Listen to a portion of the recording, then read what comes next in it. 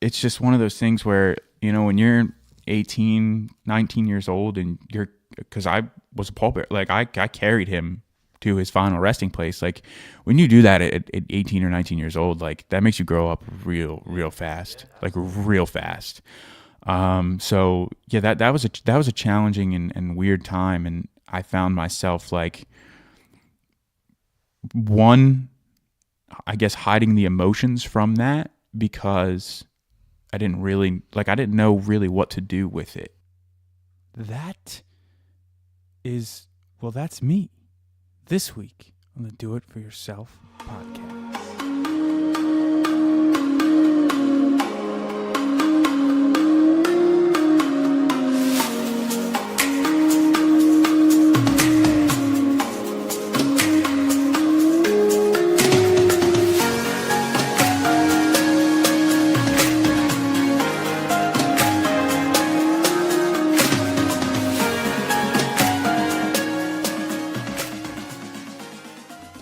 Hey everybody, how's it going? As you may have gathered, this week we are doing something a little different. And this idea came from the man who I am co-hosting with today, Mr. Jimmy Dollinger.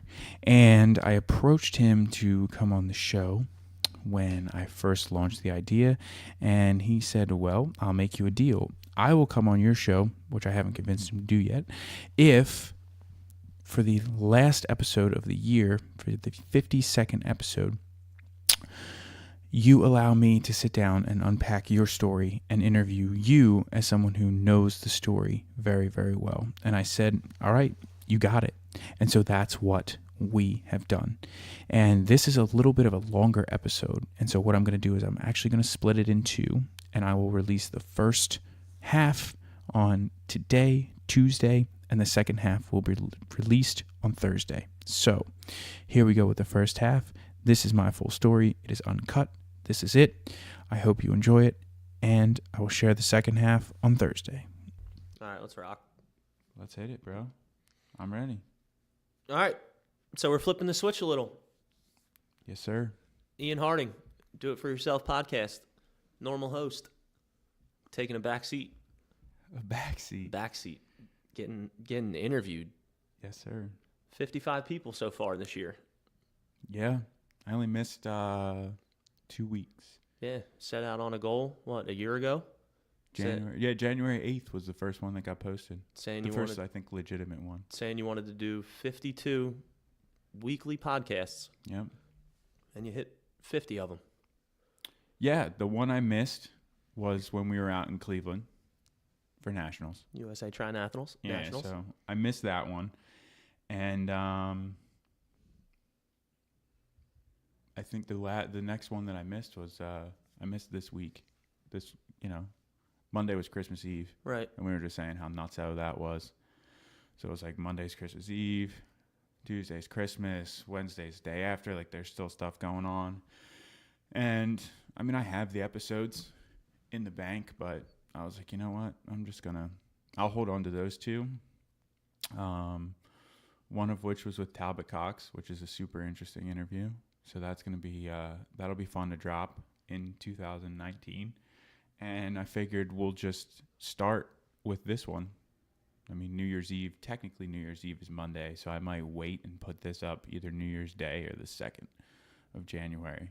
Yeah. But we'll kick off 2019 with this. And then I have, 2 interviews and a bunch more scheduled. So yeah, we're sitting here December 29th, getting ready to roll into 2019. Yeah, man. You had the initial idea of doing the podcast, and I said I thought it would be pretty cool to get your story out. Probably a little bit more raw and uncut. Yeah. Than your previous episodes. So we're gonna roll right into it. Tell the people a little bit about your story. Just kind of where you started from early age on to where you kind of are now. Yeah. So I was always the kid who was like bigger. And I remember when I was in like elementary school through there, I always got shit from people, just kids being kids. Like kids are dicks. and I've said that before Always. on the podcast, and like I've said it, you know, like I go and speak at Westchester and stuff, and like that's just the thing. Like kids, once you hit like 4th, 5th, 6th grade, like kids are dicks, and so I had to deal with that kind of all through elementary and, like I said, middle school. And what I found was like I was going through elementary school, and I went to Catholic elementary school, so they didn't take too kindly to people who were like kind of going against the system and like kind of quote unquote causing an issue. And I would be the one who got in trouble because I would be reacting to what people were saying. So like there'd be smart ass kids saying shit like under their breath to me, and I'd react, and I'd be the one who got in trouble. So I had to go see like the school counselor, and this is a story that I always tell when I speak at Westchester, but the school counselor's talking to me, and she's trying to figure out what's going on, trying to figure out what the problem is, like trying to figure out like why I'm, you know, causing a problem or like reacting to these people. And, you know, so we get into it. I start telling her like, you know, these kids are making fun of me for, you know, my size, for this, for that. And so she's trying to figure out like what to do. And her piece of advice that she gives me is like, so when you go to McDonald's, instead of ordering 2 cheeseburgers, why don't you just order 1? Yeah, great idea. And I'm like, I mean, at that point I was just kind of like, no, like I'm hungry, like I'm good. If I want 2 cheeseburgers, I'm going to order 2, but I'm like, going to eat. right. And then, so that the thing that led to, which I didn't realize it at the time, but you know, looking back, hindsight's 20/20, is that it really made me start to hide my eating. So like if I would go to a party or I would go somewhere, like I would just eat 1 of something, and then later, like when nobody was looking, I would go and hide, you know, the food that I was eating after the fact, because I never wanted to be, you know, the fat kid who was going and getting seconds and stuff like that. Right. So I would just hide it.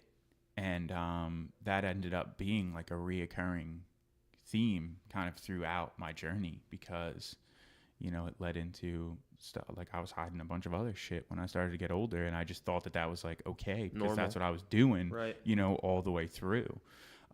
So yeah, you know, but when I got to high school, and it was probably like my sophomore year, maybe my junior year of high school, I had like a really, really good group of friends that I hung out with all the time. And, you know, I still keep in contact with those guys to this day. And so, you know, obviously like you and I are sitting across the table from one another. So having that core group of friends kind of just, that, you know, that was it. I was like, I don't really care what like these people over here are saying. Like I had a great group of friends. I was on the lacrosse team for my freshman and sophomore year in high school. So like that stuff kind of, it just, I wouldn't say it went away. Of course there was always still people who are kind of, you know, the dicks. Yeah, absolutely. But at the same time, you know, I got a chance to just kind of sit back and not worry about what those people were saying, because I had a great group of friends that I was hanging out with. Now, would you say for the most part that those friends held you accountable in a sense? Or was your, I guess, weight gain, weight loss conundrum that you were in just kind of like there, and then you didn't really care that much about it? Well, so the funny thing is like when I would go to the doctor, you know, for whatever, a physical, a checkup, or whatever it was, I was sick, you know, that's like the first thing they do. They bring you back and they're like, okay, right over here, they make you get on the scale. Right. And then the doctor would come in and I'd talk with the doctor, and, you know, we'd figure out what was going on, or we'd go through the physical, whatever it is. And it was just like, it was always the same. They would, just like the counselor, I still remember this. They're like, hey, have you ever been concerned about your weight? No, I haven't. Just clearly. Like, right. So it was like, you know, they're saying this, and instead of like offering, you know, solutions or saying like, you know, hey, maybe you should be concerned about this, like they never said that. So like I was never concerned about it. Right. Like it was never something to worry about. Yeah, not at all. And so like when I was in high school, like I said, I played lacrosse, so I was fairly active then. I think when it really started to balloon up was when I was in college, because I commuted. and On the road nonstop. yeah, I was on the road all the time. Yep. And so I would just grab whatever I could, whether it be Wawa, McDonald's, Taco Bell, like it just didn't matter, you know? And obviously the good stuff is the more expensive stuff. So I wasn't going out to Whole Foods and getting a fucking salad and all, like, not the shit that I'm doing now, because like that is expensive. Like it's expensive to eat healthy clean, on the yeah, road. absolutely. On the road. Like if you're at home, it's definitely easier, but it's expensive to do that shit on the road if you're not bringing it with you. $10-12 for a salad. Oh, easy. Right. Yeah, easy. And you that's think the thing about that I every day. Well, that's the thing that I don't understand is like if you go to a restaurant, right? And you go to order a salad, this is the thing that frustrates me beyond belief. You go to a restaurant, you're like, all right, I'm going to order a salad. I'm going to try. You know, they'll charge you like $6 for the salad itself. But then to put chicken or shrimp or something like a healthy protein, they charge you like another fucking $7. You're like, wait a minute. You're putting like one chicken breast on there. Like it's not. That's the scam. Yeah, it is. So back then, dude, I was just eating. I still remember there were days where I would sit in the parking lot at Westchester University and my lunch was like 2 soft pretzels and a fucking half-gallon of iced tea. Like that was like lunch. And it satisfied you though. Oh yeah, it satisfied me. I mean, dude, it's the soft pretzels alone are like 350 calories a pop. Yeah, it's so nuts. there's that, right? And then you throw down a half a gallon of tea. That's Another 400. Oh, easy. Yeah, I mean, you figure that's like You're swinging 1,000 calories in one meal. right. Right. Exactly. You know. So so my friends, I don't think that they didn't. It's not like they were enablers in the situation. Like it was definitely all me. Right. You know what I mean? But nobody brought it up either. Nobody was like, "Hey, man, you know this is like it's getting a little out of control." Like it was just par for the course. Right, but they you know weren't what I mean? seeing that calorie intake happening. They were just seeing the end result of that.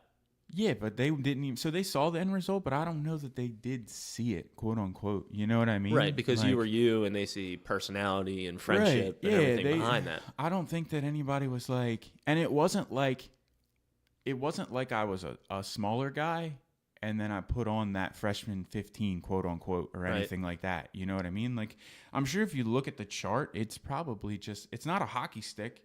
It's probably just a steady increase. Right. From the time that I was in middle school, like all the way through, you know? And even when I was in high school, like I quote unquote tried to get in shape because people would be such dicks that I would go to the gym, right? And my mom worked at a gym. Mm-hmm. Like my mom's been an aerobics instructor since she was teaching aerobics when I was a baby, like Right. in the womb. Right. She's so teaching you have aerobics. that, Like you have that avenue. right. And so I would go to the gym and I would do it for a little while. I had people who wanted to help me. Like I can't even tell you how many times Derek Sherm and Ryan Gulledge and all Yeah, those guys, yeah. like, yeah, come in, we'll help you. Eric Neal was a coach for lacrosse team, and like him and his buddy were like power lifters, like squatting 700 pounds in the weight room, like smelling salts before they would hit the squat rack. Like crazy shit, and they would try and get us into it, and like we'd do it for like 4 weeks or something, And you then it know, fell off. and then it would just fall off. Right. Like, I mean, that's the hard part is staying engaged in that. well, and I couldn't find something that really like made me tick. You know what I mean? Right. You didn't have that Like, interest level. No, I Right. didn't at all. But the other thing of it was like I didn't want to make the change. Like I had no. So I wasn't interested in fitness, but like I wasn't ready to make the change either. Right. And you know just as well as anybody, if you're not ready to make it, you're not going to. Right. That's with anything. Right. That's across the board. Like, and the only time I would go, so if I was getting ready for football season or if I was getting ready for lacrosse season or whatever it was, like the only time I would go run is like when someone was like, yo, lacrosse starts in fucking 2 weeks. Right. It's time to go. Right. Right. But that still didn't, like, it still didn't matter. I remember we used to have to run. We'd have to run suicides for people. So, okay, 10 people got a D and 4 people got an F. And we'd have to run 14 suicides down the field because those were the 14 people who were, like, ineligible for gameplay that week. Right. And that's also not a good environment to get you motivated to do something either. Hell no. No. Hell no. Dude, I remember I had a lacrosse coach who our punishment, which is, that's That's the word. bad right there. Yeah. But our punishment for whatever, we missed a ground ball or something like, and this is in practice, he'd put three people per goal, right? Per lacrosse goal, full-sized 6x6 goal, 3 people, you'd pick it up, you'd have to run a lap around the field. And this asshole would stand on the side and zing balls at the goal. Yeah, great motivation. While we're running around the field. That worked really well for you. What the hell was that guy's name? He was a University of Delaware graduate too. I'd love to see him now. Are we naming names? Degenerate. All right, so a little bit of a transition. I mean, you talked, and you've said it a couple times already, that kids are just dicks, right? And there's no question about it. You think of anybody first, second, third, all the way up through elementary school, they're seeing something that's not normal. But you can probably attest to this as we kind of get older, right? People, I would say, maybe bite their tongue a little bit more on things like weight and appearance and fitness, and you can go tenfold on examples of that. Yeah. But as you kind of have gotten older and those snarky, ignorant comments kind of went away, what would you say was the motivation or your determination that changed your course of how your weight loss journey has gone? There was 2 instances, and I'll tell those 2 stories, but I think the other thing is the comments stop, but the looks don't. That's true. So just because you're not saying it, when you're looking at somebody, you're saying it. You're saying it. Right. You know what I mean? So yes, it does stop, but in a way, like, just FYI, when that bigger person is at the buffet and they have a full plate and you're looking at them, like, they can fucking see it. Right. Just what are so you doing? Know. What are you doing? You know what I mean? Yeah. So, but yeah, there was 2 stories, and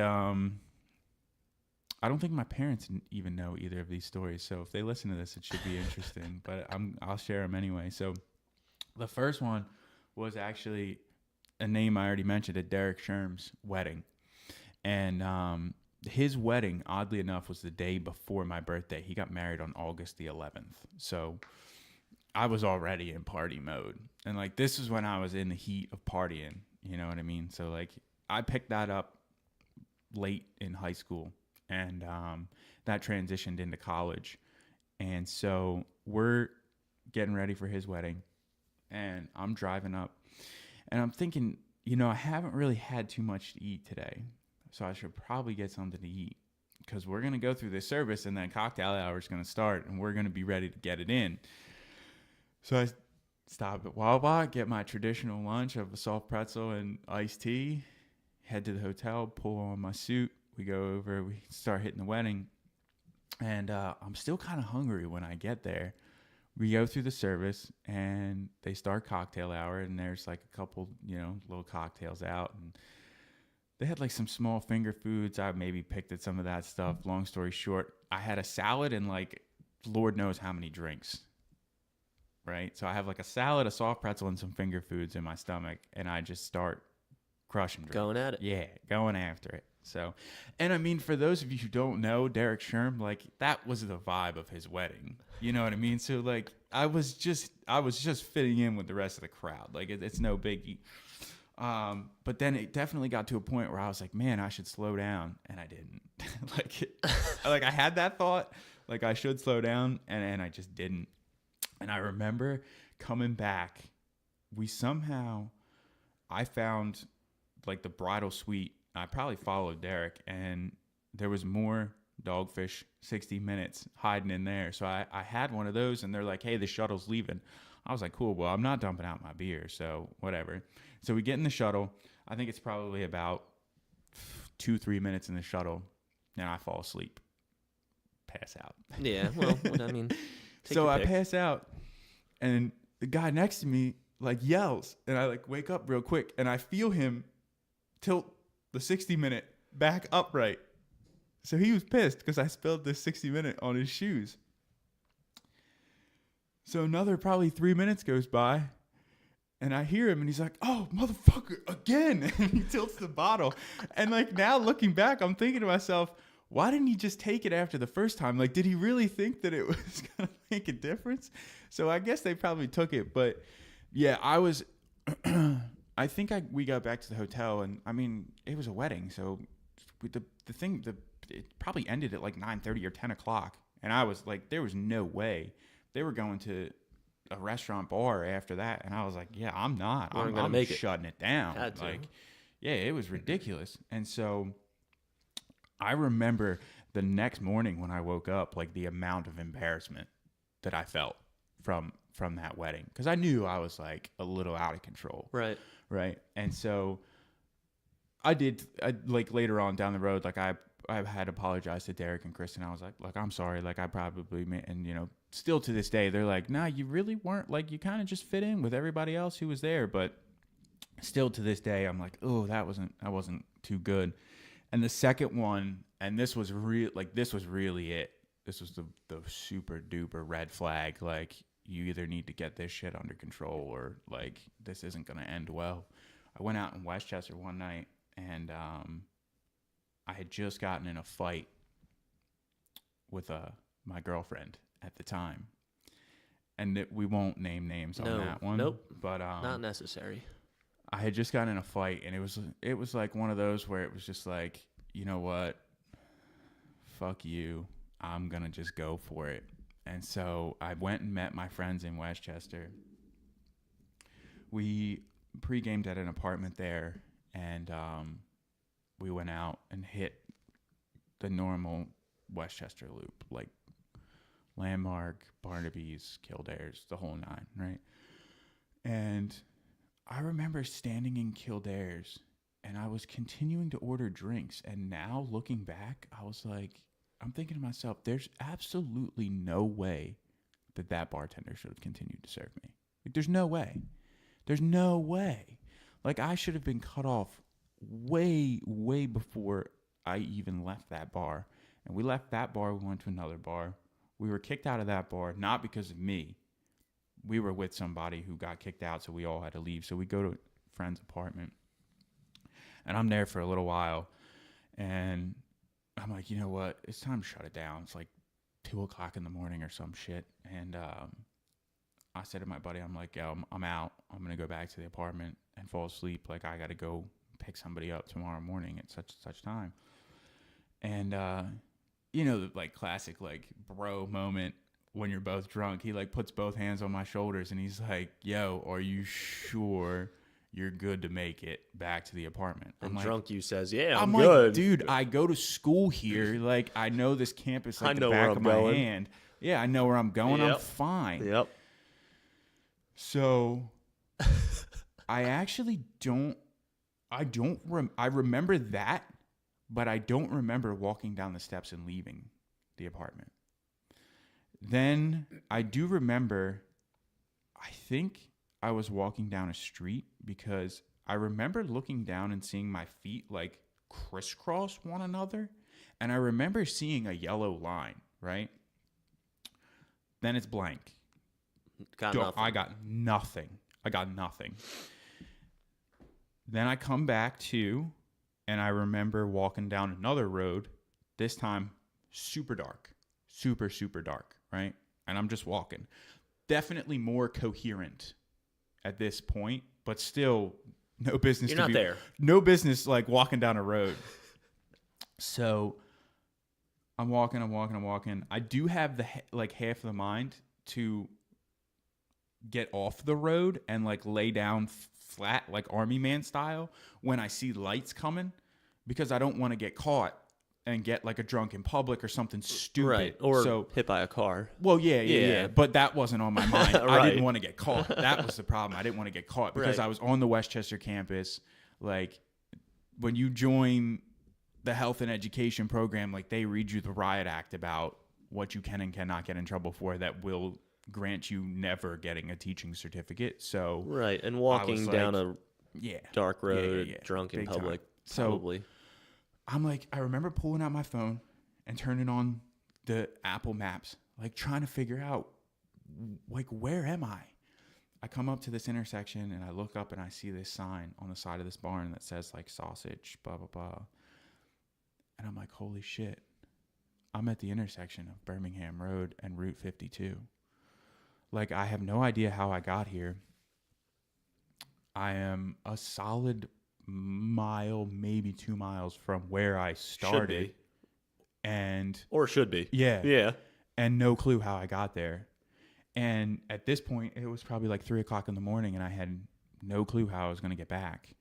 And mind you, Route 52 is like, you got no business walking on that road either. Right. So, Especially at 3 o'clock in the morning. right. Yeah. So I know where, at this point, I know where I am, and I have enough mind to get back to where I needed to go. And I took the long way, but I took the safe way because I knew that I could get back to South Campus of Westchester University from that intersection where I was. And so that's what I did. I got back to South Campus because I knew that there was a sidewalk there, and I was, like closer to a sidewalk. So I went, and as I'm coming through the campus, there was one spot where I walked up this hill to get off of the road, and the hill was so steep that I was actually, like, I had my fingers in the chain link fence of the soccer field on South Campus because the hill was so steep. So when you're doing a walk back like that, like, you have a lot of time to reflect on what happened And saying, what the fuck got me here? Yeah, exactly. Yep. And I even still remember, like, that next day when I woke up, like, I didn't have a hangover because at that point, obviously, like, it was borderline, but yeah, I wasn't getting a hangover. You know what I mean? So, I knew that something had to change. But that was probably, I remember I had a sweater on, like, I had a sweatshirt on, I had a scarf on. So it was relatively cold. It must have been in the spring. At that point. And I didn't start anything until that next fall. But it was at that point that I knew that something definitely needed to change because this was, it was going to go down a bad road. Right. And quick. I know the story, and I've heard the stories, and I've heard you even kind of open up in previous podcasts, and I'm sure most of the listeners can kind of put two and two together with this, that drinking were tied to two of your worst stories that made you completely just flip a switch and say, okay, something needs to change. Yeah. So, and again, I know your story, and if you could just talk a little bit about, I guess, the drinking aspect of it and kind of, I guess, your mental state as far as why you went down that road. And then we can even take it a step further with, like, the sleeping pills, and even going into that approach. Like, you were at a point in your life, I feel like, where you needed to take medication in order to fall asleep and have a good night's rest. Oh, it was, I just needed it to fall asleep. Like, there was no question about it. Right. Right. So the drinking started, and, like, listen, I've said this when I speak at Westchester, I didn't start drinking until I was a senior in high school. Okay. And when I was a senior in high school, we had 4 or 5 houses that we would go to. And it was, here's the bowl. When you walk in the front door, put your keys in the bowl, you go down the basement, do whatever it is that y'all are going to do down the basement. Just so you know, you're not, this bowl is not going to be here until tomorrow morning. Right. Just FYI. Right. Right. And so, was it against the law what we were doing? 100% it Absolutely. was. We were 18 years old. We were not supposed to be drinking. But guess what? Would I trade any one of those weekends for the world? Absolutely not. I have some of the best memories in somebody's basement as a senior in high school with the group of friends that I had. Just that camaraderie. Dude, I literally would not trade some of those weekends for the world. Wouldn't do it. We had so much fun. So, and, like, the keys were gone. Guess what? Did we do anything? No. The worst thing that would happen is we'd put on freaking boxing gloves and go out in the backyard, or somebody would ride a sled or snowboard down the steps. It was safe, illegal fun. Yeah, like, it was not, you know what I mean? So, it is what it is. So that's when it started. But when I got to college, like, that group of friends that I had, they all left. Colleges. They all went to other colleges. Right. They all knew what they wanted to do, what they wanted to major in, where they wanted to go. They took the SATs. They did all that shit in high school, and I did not. So they all went off to their schools, which wasn't a big deal because guess what? Somewhere in Kutztown, like somewhere at Old Dominion, West Virginia, like they were within striking distance. So I did still get to go visit them, but I wasn't hanging out with them every single weekend. That close group of friends who you had that accountability with, who didn't make fun of anything, Right. They didn't Nothing. care. It was Nothing. It was Ian, and it was just Ian. Right. And I was going, I mean, I was commuting to school, so you may as well chalk that up because you meet a couple people who you have classes with, Right. but like that's it. Like you talk to them when you're in class, but you're not making plans to hang out over the weekend. Right. You're not living in a dorm with 400 other strangers. You don't have roommates. Like I was just hanging out, you Right. know? So, But you also probably found yourself traveling to those other colleges where your friends are at, yeah, 100%. and getting into that same basement feel. Yeah. You know what I mean? Yeah, And that's the way that it should be. Yeah, absolutely. And I did. Like I said, it just wasn't nearly as much as it was, you know, when I was in high school. Right. So, you know, pair that with, I can't remember now if it was my freshman year or if it was my sophomore year, second year. I lost a friend to suicide, and that was insane. That was insane. I mean, I talked to him probably maybe a week before, if that. And I mean, like same thing in high school. Like we used to go, he jacked up his leg in high school. So he would of course get somebody to like take his backpack to the elevator for him so he could And go that up was and down you. the right. Right. And like that was me. And so we had a tight bond. We used to just do some crazy stuff. Like nothing like bad. Like we would have, so he got out early. They would dismiss him early on days where we were having dismissal because they didn't want him in the hallways after last period to go outside to his car because he was on crutches, right? So on Fridays, he would bring a cooler with like some iced teas and some sodas, and he would sit out at his sister's car and wait for her to get out because he would get out early. And we called it Cooler Fridays. And so it became like this huge thing. So, you know, we were tight, man, and we would go to hockey games and stuff every Friday. And so when I got that phone call, like I didn't believe it at first, right? And so I was a freshman when his sister was a senior, so I did know a couple of the seniors, especially through lacrosse. And so I sent a couple messages, and I was like, hey, have you, you know, because mind you, they're 4 years ahead of us, so they're like pretty far removed. Right. So I said, you know, do you still talk to his sister? Like, what's going on? Do you know if this is accurate? And a lot of them didn't really talk to her. Like, they hadn't kept in contact. So somebody was like, well, why don't you just send a message, like a generic message, and just say like, hey, I forget what it was, but I sent it, and I got a message back that basically confirmed. Right. And it's just one of those things where, you know, when you're 18, 19 years old, and because I was a pallbearer, like I carried him to his final resting place. Like when you do that at 18 or 19 years old, like that makes you grow up real fast. Yeah, absolutely. Like real fast. So yeah, that was a challenging and weird time. And I found myself like,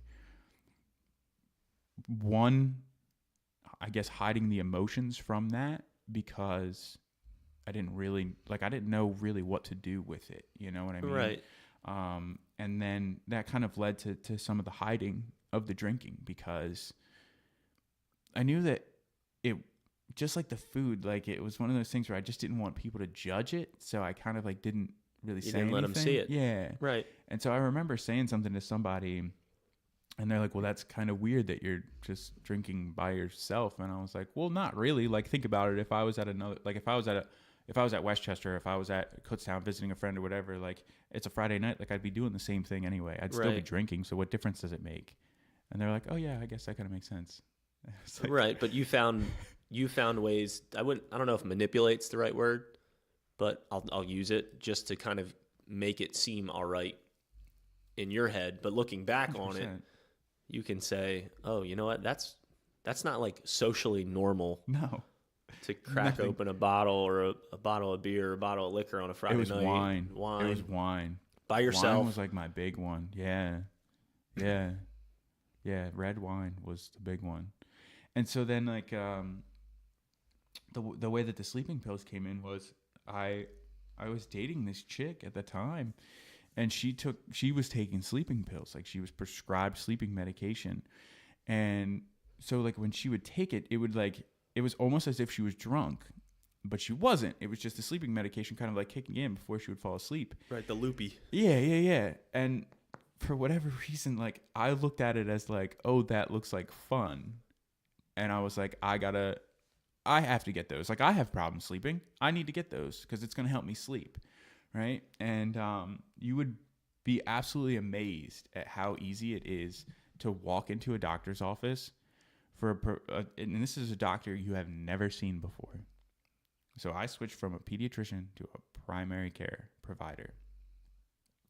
The first time I went in there, I went in armed with all of the things that I tried to help my sleep disorder. Right. Right. You already knew. Oh, I was the steps. I was online, and I Right. knew exactly what you were supposed to try. No coffee after 12 o'clock. Right. Blah blah blah blah blah. Like You all knew what to these things. say in order Melatonin. for them to Dude, I had prescribe. all the trigger words. I had everything Right. down pat. Right. Down pat. And I walked out of there with a script in hand. Feeling great. And then I was like, that's it. That's all I. Right. Right. Good. So he gave me whatever it was. Like, let's say it was 5 milligrams and 10 milligrams. He gave me the 5s. Right. And I was like, well, this isn't going to work. Like, I need the 10s. So I went home. I took the 5s for a little while. And then, of course, the 5s stopped working. Right. Right. They stopped working magically. Right. Like, it just didn't work Right. anymore. And so I took 2 5s one night, and I was like, oh, that was golden. That was perfect. Right. So they do a follow-up with you, obviously, and they're like, hey, so how's the medication working out? And I said, well, it was working pretty good, but actually the 5 wasn't enough, so I took 2 of the 5s, And for that a worked 10, better. and it worked better. Right. And he was like, oh, well, we don't suggest that you do that. Like, you should definitely always call us first, but okay, here's a script for the 10. Here's the 10s, 30 of them. You're good. Come back next month. Right. Right. Yeah. And so that was just it. And so that's what it was. It was a mixture of those two things. But the point when it got really, really bad was the next relationship that I was in. And it was keeping up with that lie and that secret, really, more or less. It was more of a secret than a lie, but it was a little bit of both. Right. And so it was the stress of trying to keep up with that made it worse. That made it like I really needed something just to sleep. And Trying to keep up internally, like with the lie. Oh, internally and externally. I mean, because like I said, I'm not going to name names. Like the past is the past, right? But when you're in a relationship like that, like it was clearly a relationship that I should not have been in. 100% should not have been in, right? And I can say that in full confidence right now, looking back, because hindsight is 20/20. But hear me out on this one. First of all, I'm not justifying the actions that I took, okay? I know now, looking back, that it was wrong. Should not have done it, okay? But with that being said, as a listener, I would like you to put yourself in my shoes. I was, 18, probably 19 years old at the time, right? For most, if not all of my high school, and then at that point, some college, I was the one who was made fun of, obviously. Couldn't really get the attention of girls. And in high school and college, that's a big deal. Yeah. Right? So when this came about, I had a beautiful woman who was giving me her attention. Right. And you're on top of a mountain because you're not used to that. And I was like, what? Yeah. What's going on? I know that this is a bad idea, but at the same time, like, I'm getting attention that I've never gotten before from anyone, let alone like someone of this caliber, right? So, like I said, I know that it was a bad idea, but it was something that I couldn't turn away from. Right, but it's something that felt good. Oh, right? 100%. And there's a pattern there. Like 100%. Like the drinking felt good. Yeah. The sleeping pills felt good. The relationship felt good. Like Right. you ran to different things that were making you feel good because inside you weren't feeling good. You never had exposure to that. So I think when you look back and you can say hindsight's 2020 and that's all great and you shouldn't have done it.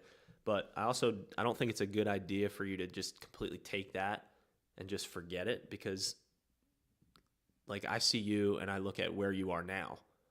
And if you weren't there and you didn't go through all that shit that you went through, there is no way in the world that you would have the job that you have the family and parents that you have the relationship that you have the job that you have. You know what I mean? Like that's all a part of your story that has led you somewhere where now you want to look back on that. Right. And you want to take everything that you've been doing and continue to grow that mindset. Yeah.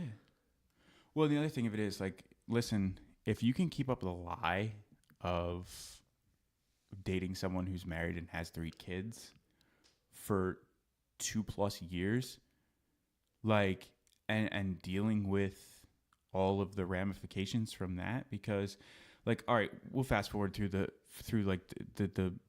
whole relationship, right? And the thing of it is, when it got down to the end, it got to the point where I had a lot of people that were giving me their opinions on the relationship itself. Like, you shouldn't do this. This is bad, blah, blah, blah, blah, blah, blah, blah, blah, blah, right? It was like, and so I was getting pulled from both sides, because, like, I had this, like, us against the world and we were going to make it on this side. And then I had this, like, this is never going to fucking work. Like, why can't you get it through your thick skull, right? So it was just like this back and forth. And so, you know, eventually I came to terms with the fact that it clearly was not going to work, right? And so that was the relationship I was in when I had the night on, you know, I was out on 52. Mm-hmm. And it was like right around this time that I had started working at the Hockessin Athletic Club. And so when I went to the gym at the Y where I was working, I wasn't able to, like, get in the swing. I wasn't able to get anything going because, one, everybody knew who I was, right? So they would always come up. And listen, I love talking to people. We're doing a podcast to talk to people. I love talking to people. But, like, when I'm trying to work out, like, that's not the time to come up and say, like, hey, how's it going? Blah, blah, blah, blah, blah, right? For one. And for two, as funny as this sounds, like, I don't know if it's the same for everybody, but for me, like, as a big person, I don't want you to come up to me and say, hey, I see that you're working out and trying to, like, don't bring attention to it. That's the last thing that I want, is you bringing attention. You've gotten attention from it, right, your whole childhood life. Like 100%. Now you're trying to do something and somebody's like, oh yes, go Ian, good for you. That's not what you want. No, right. I didn't want that at all. That. I didn't want that at all. I wanted absolutely zero attention. And you couldn't do that at the YMCA where you worked for, what, 9 years? Dude, yeah. I was like going on like 10 years there or something insane. So it wasn't going to happen. But when I started at Hack, no one knew who I was. Right. Like, nobody had any idea who I was.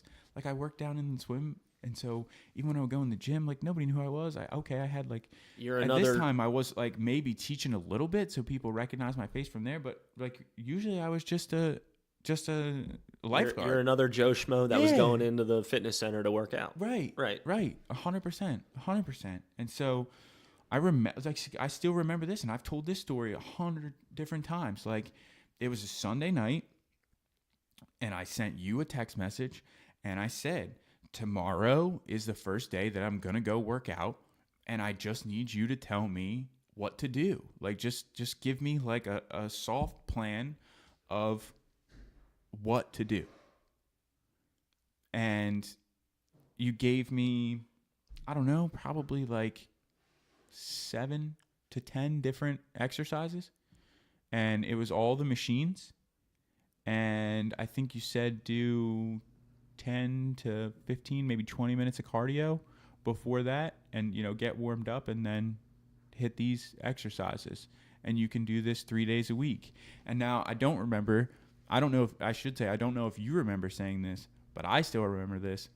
The only thing that was a strict rule that you gave me was that I was not allowed to run. Yeah. I remember it vividly. I'm sitting here smiling as you're telling the story. Well, and I see when I think back to that, like, that was tough. That was tough to hear.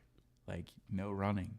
Because when you think about weight loss, like, that's the first thing. Right. Cardio. And people are like, oh, well, I'm going to start to get in shape. I'm going to start to lose weight. What's the first thing they do is they go for a run. Like, that's always the first thing that people do.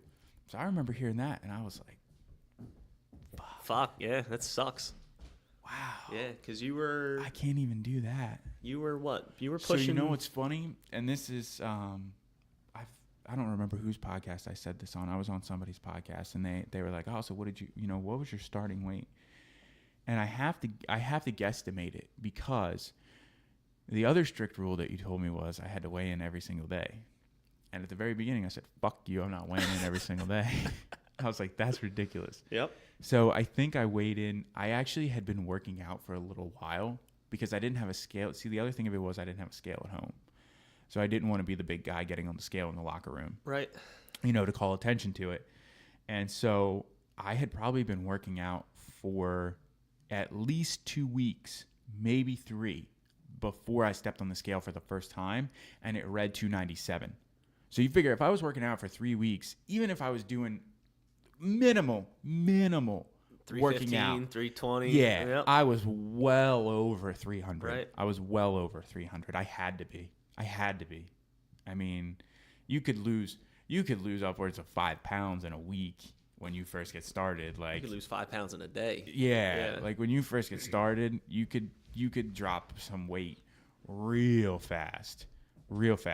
So I have to guesstimate that, but yeah, I was easily over 300. All right, my friends, that is the first half of my story, the story of Do It For Yourself. As I said, the second half of the show will be released on Thursday. This was a little bit of a longer episode, so I wanted to split it up into 2 chunks because I know I try and keep my episodes to about an hour-ish, maybe, and some change, but this was well over that with an intro, outro, all that good stuff. So Thursday, keep an eye out. The second half of my story will be going live, and I really look forward to sharing this with you, and I can't wait to hang out then.